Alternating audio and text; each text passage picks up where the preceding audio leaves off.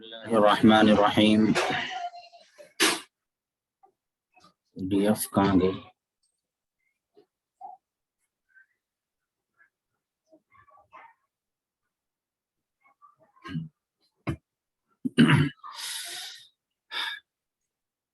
یہاں سے کچھ ایسے سوالات شروع ہو رہے ہیں جو رسالت کے تعلق سے ہیں۔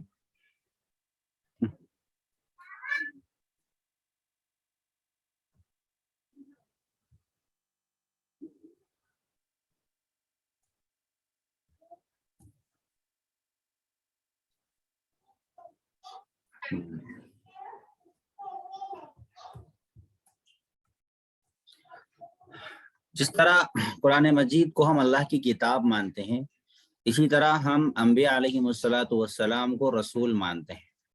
انبیاء علیہم الصلاۃ والسلام کو اللہ تبارک و تعالیٰ نے امت کی ہدایت کے لیے بھیجا ہے۔ تو جس طرح قرآن کی ضرورت ہے، اسی طرح قرآن کو سمجھانے والوں کی بھی ضرورت ہے، اور انہی کو ہم رسول اور نبی کہتے ہیں۔ اللہ تبارک و تعالیٰ نے کتاب ہدایت کے ساتھ رجال ہدایت کو بھی بھیجا، یعنی جو ہدایت کا کام امت کے اندر کرتے تھے اور لوگوں کو خیر کی طرف بلاتے تھے اور شر سے آگاہ کرتے تھے۔ تو نبی علیہ الصلاۃ والسلام نے ان سب کی دعوت بھی دی۔ سارے انبیاء علیہ الصلاۃ والسلام نے دعوت دی، اور سارے انبیاء علیہ الصلاۃ والسلام کی دعوت میں مشترکہ جو چیز تھی وہ توحید، بنیادی جو چیز تھی وہ توحید، ایک اللہ کی طرف بلانا۔ تو سارے رسول آئے، ان سارے رسولوں میں سے ہمارے رسول، آخری رسول حضرت محمد مصطفیٰ صلی اللہ علیہ وسلم، حضرت محمد مصطفیٰ صلی اللہ علیہ وسلم آخری نبی ہیں۔ آپ کو آخری نبی ماننا بھی ضروری ہے۔ تو یہاں پر سوال یہ ہے کہ حضرت محمد صلی اللہ علیہ وسلم کون تھے؟ حضرت محمد صلی اللہ علیہ وسلم خدا تعالیٰ کے بندے۔ دیکھیے پہلا ہی لفظ ہے بندے۔ ہم جو کلمہ طیبہ پڑھتے ہیں، اشہد ان لا الہ الا اللہ واشہد ان محمدًا عبدہ ورسولہ، کہ میں گواہی دیتا ہوں کہ محمد صلی اللہ علیہ وسلم اللہ کے بندے ہیں۔ اسی سے ان سارے باطل نظریات کا رد ہو جاتا ہے جو نبی کو خدا کا بیٹا بنا دیتے ہیں، یا نبی کو اس کے مقام سے اٹھا کر خدا کے برابر کر دیتے ہیں، یا نبی کو اللہ کے برابر کسی صفت میں برابر کر دیتے ہیں۔ جیسے کل ساتھی نے سوال کیا تھا کہ کیا عالم الغیب ہم اللہ کے نبی کو کہہ سکتے ہیں؟ تو نہیں کہہ سکتے۔ اسی وجہ سے نہیں کہہ سکتے کہ حضور صلی اللہ علیہ وسلم اللہ کے بندے ہیں۔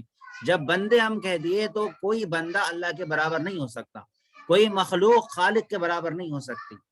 تو یہ چیز ہمیں سمجھ لینی چاہیے۔ اور اس کے رسول، رسالت، یہ رسالت جو ہے یہ اللہ کی طرف سے عطا کردہ منصب ہے۔ اللہ جس کو چاہے عطا کرتے ہیں، اور یہ منصب اللہ تبارک و تعالیٰ نے حضور صلی اللہ علیہ وسلم پہ ختم کر دیا۔ اب آپ کے بعد میں کوئی نبی نہیں آئے گا۔ تو یہ رسالت اللہ کی طرف سے عطا کیا جانے والا ایک وہابی منصب ہے۔ وہابی منصب اس کو کہا جاتا ہے، یعنی اللہ جس کو چاہے اس کو عطا کرتے ہیں۔ ہر کوئی اپنے کسب سے، اپنے محنت سے نہیں بن سکتا۔ کوئی ولی بن سکتا ہے، صدیق بن سکتا ہے، اور شہید ہو سکتا ہے اپنی محنت سے، لیکن کوئی شخص اپنی محنت سے نبی نہیں بن سکتا۔ بہت سارے جتنے بھی جھوٹے نبوت کا دعویٰ کرنے والے آئے ہیں، انہوں نے اس طریقے سے بھی لوگوں کو دھوکہ دیا کہ قرآن مجید کی جو آیت ہے کہ اللہ تعالیٰ نے انعام کیا ہے ان لوگوں پر جو نبی ہے، صدیق ہے، شہید ہے، تو انہوں نے یہ کہا کہ دیکھو کوئی اب بندہ محنت کر کے صدیق بھی بن سکتا ہے، شہید بھی بن سکتا ہے، تو جب یہ سب بن سکتا ہے تو نبی کیوں نہیں بن سکتا؟ نبی بھی بن سکتا ہے۔ تو نبی کا جو منصب ہے وہ اللہ کے عطا کرنے سے ہوتا ہے۔ اللہ تبارک و تعالیٰ جس کو عطا نہ کرے وہ نہیں۔ اللہ نے قرآن مجید میں بہت ساری جگہ فرمایا کہ اللہ جس کو چاہے اپنی رسالت سے اور نبوت سے نوازتے ہیں۔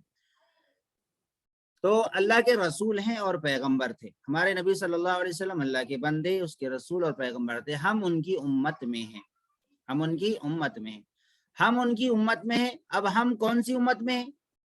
ہم امت میں دو قسمیں ہیں، ایک امت دعوت اور ایک امت اجابت۔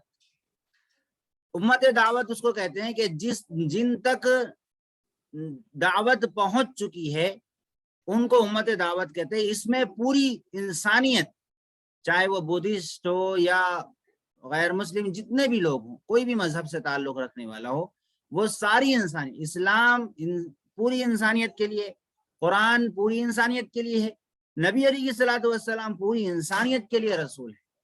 عام طور پر ہمارے مسلمانوں کے بھی اندر بھی لاشعور میں غیر محسوس طریقے سے یہ بات ایک طریقے سے بیٹھی ہوئی ہے کہ نبی علیہ الصلوۃ والسلام صرف ہمارے نبی ہے، پوری انسانیت کے نبی نہیں ہے، اس طریقے سے بیٹھا ہے۔ اسی وجہ سے بہت سی مرتبہ کسی حدیث کو ہم پیش کرتے ہیں جس میں اچھی بات ہوتی ہے، تو لوگ مسلمان بھی کہتے ہیں بھائی وہ غیر مسلم ہے، اس کو سنا کے کیا فائدہ نبی کی بات میں۔ تو نبی کی بات اس کو سنا کے فائدہ یہ ہے کہ نبی اس کے بھی نبی ہیں، اس کے رسول ہیں، تو اس کی بھی اس تک پہنچانا ہماری ذمہ داری ہے۔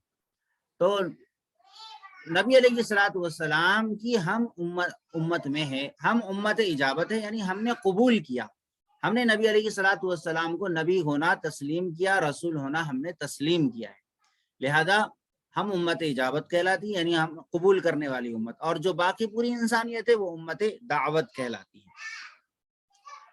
آگے چلتے ہیں۔ ہمارے پیغمبر حضرت محمد مصطفیٰ صلی اللہ علیہ وسلم کہاں پیدا ہوئے؟ ظاہر بات ہے مکہ معظمہ میں پیدا ہوئے نبی علیہ الصلوۃ والسلام، اور وہ جگہ آج بھی موجود ہے سعودی عرب کے اندر اور مکہ کے اندر موجود ہے، اور وہاں پر ایک لائبریری بنا دی گئی ہے۔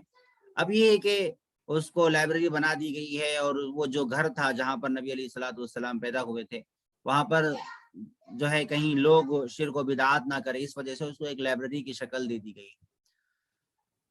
تو یہ جو آثار ہیں، ایک بات یہاں پر یہ بھی سمجھ لیجئے کہ انبیاء علیہ الصلوۃ والسلام کا مسکن، انبیاء علیہ الصلوۃ والسلام کی جگہیں، انبیاء علیہ الصلوۃ والسلام کی استعمال کی ہوئی چیزیں، یہ سب برکت والی چیزیں ہیں، ان کو قابل برکت سمجھنا جائز ہے، درست ہے، اچھی چیز ہے، لیکن ان کے سامنے سجدہ کرنا، ان کو عبادت کرنا، یا پھر ان آثار کے سامنے جھک جانا، یہ جائز نہیں۔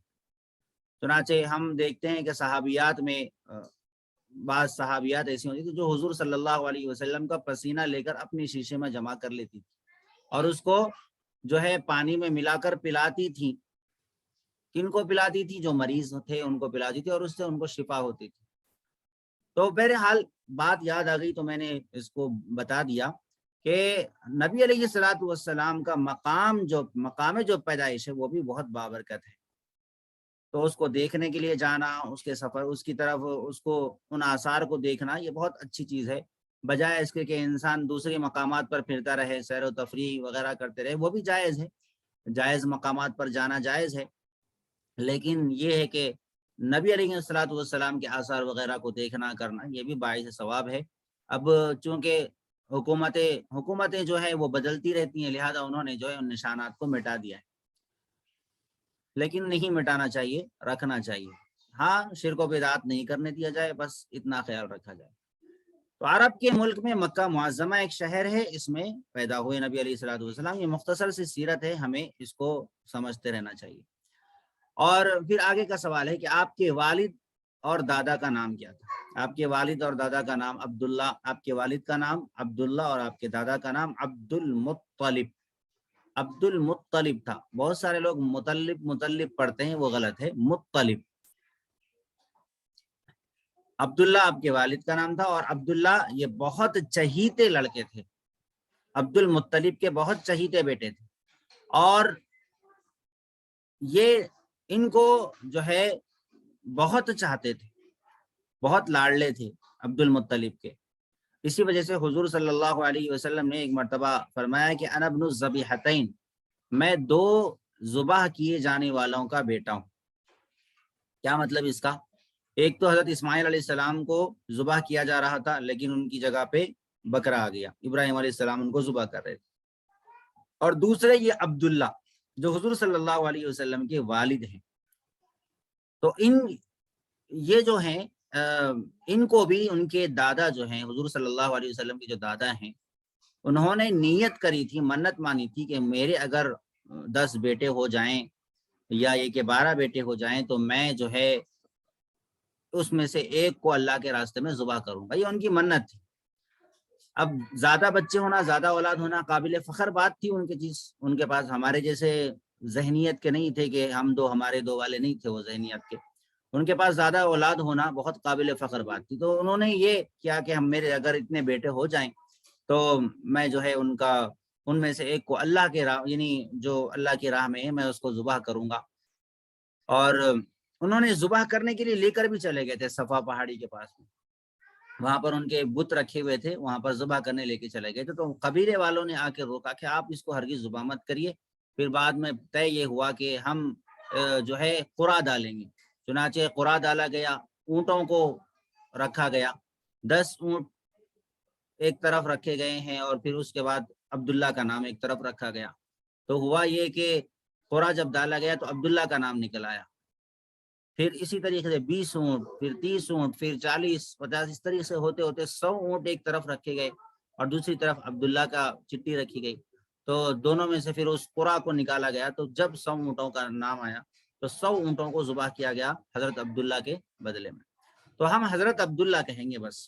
ایک سوال یہاں پر بہت سارے لوگ اٹھاتے ہیں، اور یہ بھی کافی موضوع بحث بنا ہوا ہے لوگوں کے، کہ حضور صلی اللہ علیہ وسلم کے والد اور دادا اور جو چاچا ہیں یہ ایمان لائے تھے یا نہیں لائے تھے، یعنی یہ وہ مسلمان ہے، ہم ان کو مسلمان مانے یا نہیں مانے. بھائی آپ سے تو قبر میں پوچھا نہیں جائے گا وہ مسلمان ہے یا نہیں، قبر میں کوئی پوچھا نہیں جائے گا. نہ تو یہ بنیادی عقائد میں سے کہ قبر میں پوچھا جائے گا. بہت سارے لوگوں نے اس سلسلے میں کتابیں بھی لکھی ہیں، یہ ابو طالب جو ہے مسلمان تھے یا. تو ہم یہ کہتے ہیں ہمارا جو عقیدہ ہے اس سلسلے میں وہ یہ کہ آپ صلی اللہ علیہ وسلم کے والدین کو، اور اسی طرح آپ صلی اللہ علیہ وسلم کے جو دادا ہیں یا پھر آپ صلی اللہ علیہ وسلم کے جو چاچا ہیں، ان کے بارے میں ہم اپنی زبانوں کو بند رکھیں گے، اپنی زبانوں کو لگام دیں گے. ہماری اوقات نہیں ہے کہ دوسروں کی مسلمانی کو جانچتے بیٹھے. ایک عام مسلمان کی مسلمانی کو جانچنے کا حکم نہیں ہے. تو یہ تو بہت بڑا مقام ہے.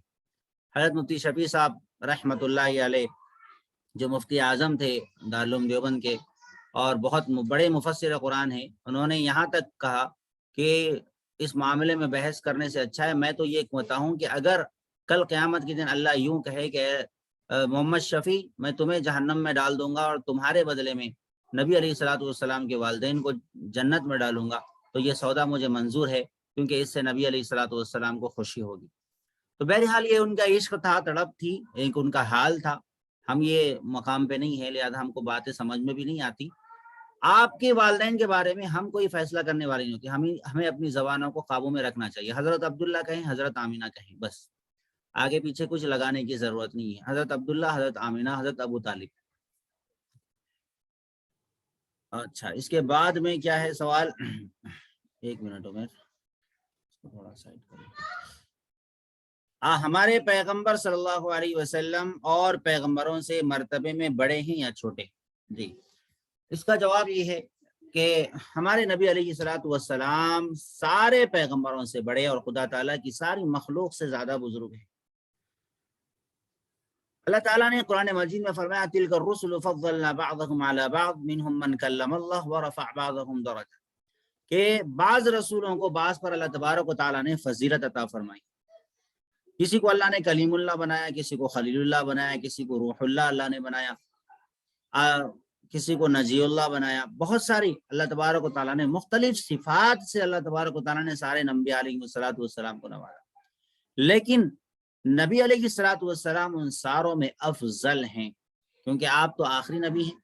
اور جتنے نبیوں کے اندر جو خوبیاں تھیں ان ساری خوبیوں کے وہ ساری خوبیاں حضور علیہ الصلوۃ والسلام کے اندر رکھ دی گئی. چاہے وہ یوسف علیہ السلام کا حسن ہو، یا ایوب علیہ السلام کا صبر ہو، یا سلیمان علیہ الصلوۃ والسلام کی جیسی ان کی حکومت ہو. اسی طرح حضرت ابراہیم علیہ الصلوۃ والسلام سے جو خلیل اللہ تھے اللہ کے، آپ علیہ الصلوۃ والسلام حبیب اللہ ہیں. موسیٰ علیہ الصلوۃ والسلام کے معجزات ہوں تو نبی علیہ الصلوۃ والسلام کو بھی بے شمار معجزات دیے گئے. اور نبی علیہ الصلوۃ والسلام کو سب سے بڑا جو معجزہ دیا گیا وہ قرآن مجید کا دیا گیا. تو نبی علیہ الصلوۃ والسلام مرتبے میں، مقام میں سب سے بلند ہے، سب سے اعلیٰ ہے، سب سے افضل ہے. یہ ہمارا بنیادی عقیدہ ہے۔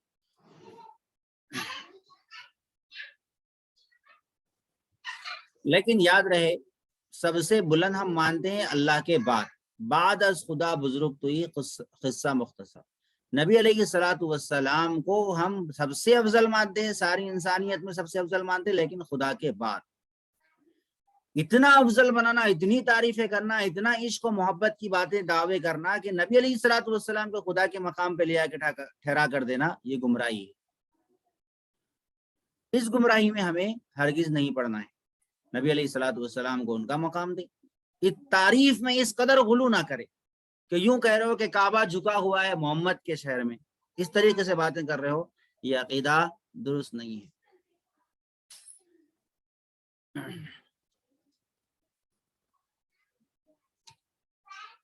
پھر آگے جو سوال ہے کہ اگر حضرت محمد صلی اللہ علیہ وسلم تمام عمر کہاں رہے؟ جواب، 53 سال کی عمر تک اپنے شہر مکہ معظمہ میں رہے۔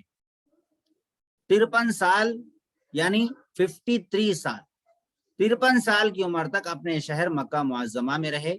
اس کے بعد اللہ تعالیٰ کے حکم سے مدینہ منورہ چلے گئے اور 10 سال وہاں رہے، پھر 63 سال کی عمر میں وفات پائی۔ تو نبی علیہ الصلوۃ والسلام کی عمر مکمل 63 سال ہے، اور ان میں سے نبی علیہ الصلوۃ والسلام کو نبوت جو ملی 40 سال میں آپ علیہ الصلوۃ والسلام کو نبی بنایا گیا۔ تو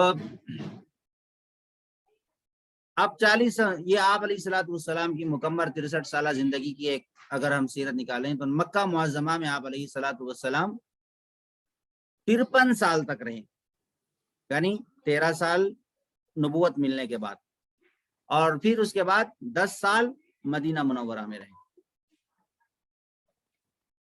اس کے بعد سوال ہے کہ اگر کوئی حضرت محمد صلی اللہ علیہ وسلم کو نہ مانے تو وہ کیسا ہے؟ حضور صلی اللہ علیہ وسلم کو جو نہ مانے وہ بھی کافر ہے۔ تو ایمان کے لیے ایک تو اللہ کو ماننا ضروری ہے، دوسرے رسالت کو ماننا بھی ضروری ہے۔ اللہ کو ایک ماننا اور رسالت کو ماننا یہ بھی ضروری ہے۔ اگر کوئی اللہ کو تو مانتا ہے لیکن رسالت کو نہیں مانتا تو وہ مومن نہیں ہے، وہ کافر ہے، کیونکہ قرآن نے رسول کو ماننے کا حکم دیا، قرآن کی آیت کا انکار کرنے والا وہ بھی کافر ہے۔ حضور صلی اللہ علیہ وسلم کو ماننے کا کیا مطلب ہے؟ جواب، حضرت محمد صلی اللہ علیہ وسلم کو ماننے کا یہ مطلب ہے کہ آپ کو اللہ تعالیٰ کا بھیجا ہوا پیغمبر یقین کرے، اور اللہ تعالیٰ کے بعد ساری مخلوق سے آپ کو افضل سمجھے اور آپ سے محبت رکھے اور آپ کے حکموں کی تابع داری کرے۔ پہلی بات یہ کہ آپ کو اللہ کا رسول یقین کرے کہ آپ اللہ کی طرف سے بھیجے گئے ہیں، یہ نہ کہے کہ آپ نے اپنی طرف سے قرآن بنا لیا، آپ نے اپنی طرف سے لکھ لیا، آپ نے اپنی طرف سے جو ہے سب کچھ کر لیا، یہ نہ کہیں، بلکہ اللہ کی طرف سے بھیجا ہوا یقین کرے، اور اللہ تعالیٰ کے بعد ساری مخلوق سے آپ کو افضل سمجھے۔ اللہ کے بعد ساری مخلوق سے، اللہ کے بعد یاد رکھیے گا، اور پھر آپ سے محبت رکھے اور آپ کی حکموں کی تابع داری کرے۔ صرف بولنا کافی نہیں ہے بلکہ حکموں کی تابع داری کرے، یہ ہے ماننے کا مطلب۔ اگر کوئی نبی علیہ الصلوۃ والسلام کو رسول مانتا ہے، منہ سے کہتا ہے رسول مانتا ہوں، لیکن نبی علیہ الصلوۃ والسلام نے جو طریقہ بتایا اس طریقے پر نہیں چلتا، تو یہ ماننے والا نہیں کہیں گے، اس کو ماننے والا نہیں کہیں گے۔ عملی کوتاہی تو ہوتی ہے، لیکن اگر کوئی حضور صلی اللہ علیہ وسلم کی تعلیمات جو ہیں، آپ نے جو عقائد امت کو سکھائے، ان عقائد سے انحراف کر لے اور ان عقائد کو وہ پیٹ پیچھے ڈال دے، تو پھر اس کو ماننے والا نہیں کہیں گے۔ نبی علیہ الصلوۃ والسلام نے جو حکم دیا ہے ان حکموں کو پورا کرنا ضروری ہے۔ نبی علیہ الصلوۃ والسلام نے 5 نمازیں پڑھ کر دکھائی تو 5 نمازیں پڑھنا۔ اب کوئی آگے کہے، جماعت المسلمین جیسا کوئی آگے کہے یا اہل قرآن جیسا کوئی آگے کہے کہ قرآن میں تو 3 ہی نمازوں کا ذکر ہے، لہذا میں 3 ہی نمازیں پڑھوں گا، رسول کی بتائی ہوئی نماز کو میں نہیں پڑھوں گا، تو پھر ہم کہیں گے کہ بھائی آپ نہ تو قرآن کی رسول کو مانتے ہیں، نہ رسول کی بتائی ہوئی بات کو مانتے ہیں، کیونکہ رسول کو ماننے کا حکم قرآن میں ہے، قرآن نے حکم دے دیا، اور رسول نے نمازیں 5 بتائی، 5 پڑھ کے بھی دکھائی، اوقات بھی بتائے، لہذا اگر آپ رسول کو نہیں مانتے تو آپ پھر کافر ہیں۔ تو آج کل موجودہ اہل قرآن اس طریقے کے لوگ جو اپنے آپ کو اہل قرآن وغیرہ کہتے ہیں، یہ لوگ جو ہے سب ایمان سے نکلے ہوئے اور اسلام سے نکلے ہوئے۔ اگر کوئی نبی علیہ الصلوۃ والسلام کو خدا کے برابر مانتا ہے تو وہ بھی مشرک ہے، اور اسی طرح اگر کوئی رسول اللہ صلی اللہ علیہ وسلم کے برابر کسی اور امام کو مانتا ہے تو وہ بھی کافر ہوگا، کیونکہ نبی علیہ الصلوۃ والسلام کو اللہ تبارک و تعالیٰ نے اس بات کی اجازت دی کہ نبی علیہ الصلوۃ والسلام قرآن کی تفسیر کرے، قرآن کی تشریح کریں، لیکن کچھ لوگ ہمارے دور میں ایسے پائے جاتے ہیں جیسے مہدوی وغیرہ لوگ پائے جاتے ہیں، جو لوگ اپنے اماموں کو، اسی طرح شیعہ اپنے اماموں کو اس قدر انہوں نے بڑا درجہ دیا ہوا ہے کہ انہوں نے اماموں کو یہ اتھارٹی دی رکھی ہے کہ اگر امام چاہے تو نبی کے قول کو بھی بدل دیں، قرآن کی آیت کو بھی بدل دیں۔ انہوں نے اپنے اماموں کو اتنا بڑا مقام دیا۔ ہم کہتے ہیں کسی کو بھی یہ درجہ حاصل نہیں ہے۔ اللہ کے بعد سب سے بڑی ہستی نبی علیہ الصلوۃ والسلام کی ہے۔ اگر کوئی نبی علیہ الصلوۃ والسلام کے برابر یا نبی علیہ الصلوۃ والسلام سے بڑا سمجھتا ہے، قرآن کی آیت کو یا نبی کے احکام کو تبدیل کرنے والا اپنے امام کو سمجھتا ہے، تو وہ گمراہ ہے، کافر ہے۔ اچھا، ایک اور سوال آخری یہ لے لیں گے کہ یہ کیسے معلوم ہوا کہ حضرت محمد صلی اللہ علیہ وسلم اللہ کے پیغمبر ہیں؟ کیسے معلوم ہوا؟ تو اس کا جواب یہ ہے کہ حضرت محمد صلی اللہ علیہ وسلم نے ایسے اچھے کام کیے اور ایسی باتیں دکھائی اور بتائیں جو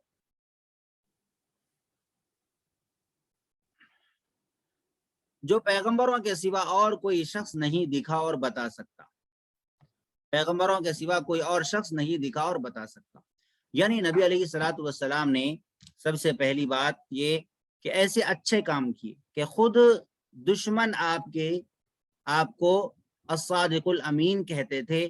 جب آپ نے نبوت کا دعویٰ نہیں کیا تب بھی آپ کو لوگ سچا سمجھتے تھے، امانت دار سمجھتے تھے۔ چنانچہ نبی علیہ الصلوۃ والسلام نے جب صفا پہ چڑھ کر اسلام کی دین کی دعوت دی تو اس وقت میں لوگوں سے پوچھا، لوگوں سے جب انہوں نے کہا کہ اگر میں تم کو اس بات کی خبر دوں کہ میرے پیٹ پیچھے لشکر ہے، میں پہاڑ کی چوٹی پر ٹھہرا ہوا ہوں، اگر میں تمہیں اس بات کی خبر دوں کہ پیٹ پیچھے لشکر ہے اور جو تم پر حملہ کرنے والا ہے، تو کیا تم اس بات کی تصدیق کرو گے؟ تو سب نے کہا کہ ما جربنا علیک الا صدقا، ہم نے تو آپ پر سچائی کا ہی تجربہ کیا ہے، یعنی ہم آپ کو ہمیشہ سچ بولتے ہوئے ہم نے آپ کو پایا، تو آپ کو صادق کہتے تھے لوگ۔ تو جو آدمی دنیا کے چھوٹے سے چھوٹے معاملات میں بھی اپنی ذاتی غرض کی وجہ سے جھوٹ نہیں بولتا ہو، وہ اللہ کے معاملے میں کیسے جھوٹ بولے گا؟ تو نبی علیہ الصلوۃ والسلام کو لوگ امین بھی کہتے تھے۔ آپ جب آتے تو آپ سے ہی فیصلے کراتے تھے، آپ کے پاس اپنی امانتیں رکھاتے تھے۔ یہ سب اہل عرب کے اندر موجود تھا، اور یہ احادیث کی صحیحین کی روایت ہے، صحیح بخاری صحیح مسلم کے اندر یہ روایت موجود ہے جو ابھی میں نے لشکر والی بات کہی کہ نبی علیہ الصلوۃ والسلام کو کفار نے کہا کہ ہم نے آپ پر ہمیشہ صدق کا، سچائی کا ہی تجربہ کیا۔ تو آج کل کچھ ایتھیسٹ پیدا ہو گئے ہیں، نئے یوٹیوب پہ آ رہے ہیں اور وہ یوں کہہ رہے ہیں کہ یہ صادق الامین نبی علیہ الصلوۃ والسلام کو نہیں کہا جاتا تھا، اس طریقے کی باتیں کر رہے ہیں۔ اسی وجہ سے اس اعتراض کو دور کرنے کے لیے میں یہ تفصیل بتا رہا ہوں کہ یہ احادیث کی کتابوں کے اندر بھی موجود ہے اور تاریخ کی کتابیں تو بھری پڑی ہیں۔ عرب بھی نبی علیہ الصلوۃ والسلام کے اخلاق سے متاثر تھے، کفار بھی۔ تو دشمن بھی گواہی دیتے تھے، دوست تو دیتے ہی دیتے تھے۔ الفضل ما شہدت به الاعداء، فضیلت وہ ہوتی ہے کہ دشمن بھی گواہی دینے لگ جائیں۔ تو آپ نے اچھے کام کیے، آپ خدمت خلق کرتے تھے اور آپ ظالم کے خلاف ٹھہرتے تھے، مظلوم کا ساتھ دیتے تھے، اور امانت داری کے ساتھ میں آپ رہتے تھے، سچائی کے ساتھ رہتے تھے، عدل و انصاف سے کام لیتے تھے، بے حیائی کے کام نہیں کرتے تھے، فحش کاموں سے آپ بچے رہتے تھے، حرام کاموں سے، جوے سے، سٹے سے، شراب وغیرہ سے، ان سب سے آپ علیہ الصلوۃ والسلام بچے رہتے تھے، اور ایسی باتیں دکھائیں اور بتائیں جو پیغمبروں کے سوا اور کوئی شخص نہیں دکھا اور بتا سکتا، یعنی معجزات۔ نبی علیہ الصلوۃ والسلام کے دودھ میں برکت ہونا، نبی علیہ الصلوۃ والسلام کے ہاتھوں سے پانی کا نکلنا، آپ کی انگلی کے اشارے سے چاند کا 2 ٹکڑے ہونا، اور نبی علیہ الصلوۃ والسلام سے بے شمار معجزات، تھوڑے سے کھانے میں بہت زیادہ برکت ہو گئی، نبی علیہ الصلوۃ والسلام کا جو قرآن کا معجزہ ہے کہ آپ پر قرآن نازل ہوا، اس جیسے قرآن کوئی لا نہیں سکتا۔ آپ علیہ الصلوۃ والسلام نے کمزور قوم کو اس قدر طاقتور کیا کہ وہ بڑی بڑی سپر پاور سے وہ ٹکر لینے والی بن گئے، اور اسلام اور آپ علیہ الصلوۃ والسلام نے جو جو پیشن گوئیاں فرمائی تھی وہ پیشن گوئیاں آج تک پوری ہو رہی ہیں۔ یہ سب نبی علیہ الصلوۃ والسلام کے معجزات ہیں۔ ٹھیک ہے، یہاں تک بس ہے، کسی کا کوئی سوال ہو تو پوچھ لیجیے۔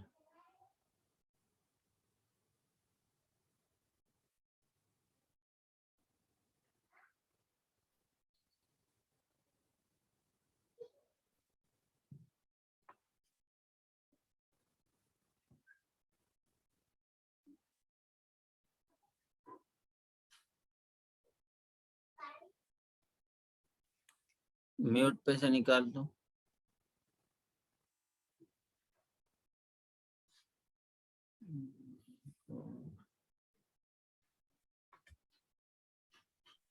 مفتی صاحب، عبد المطلب کا اصلی نام کیا تھا؟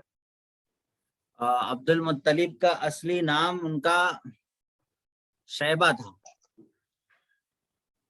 شیبہ ان کا نام، اصلی نام جو ہے شیبہ تھا، لیکن ان کے بھی چونکہ والد کا انتقال ہو گیا تھا اور ان کو جو ہے مدینہ لے کر چلے گئے تھے، تو بعد میں ان کے چاچا جو ہے لے کر آئے تھے۔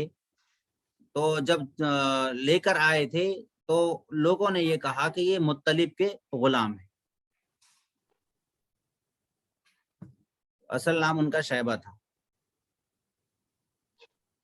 اور اوپر یہ بھی گزرا کہ حضرت محمد صلی اللہ علیہ وسلم اللہ کے رسول اور پیغمبر ہیں۔ رسول اور پیغمبر میں کیا فرق؟ نبی اور رسول میں تھوڑا سا فرق ہے، کوئی زیادہ ایسا کوئی فرق نہیں ہے، تھوڑا سا فرق نبی اور رسول میں، یعنی جس کو نئی کتاب دی گئی ہو اس کو نبی کہتے ہیں، اور جس کو یعنی جس کو نئی کتاب نہیں دی گئی اس کو رسول کہتے ہیں۔ جی ٹھیک ہے، جزاک جی۔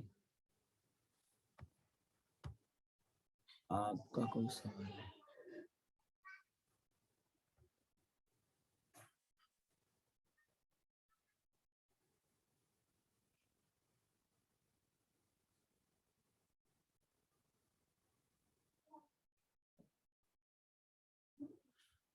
ٹھیک ہے، اچھی بات ہے۔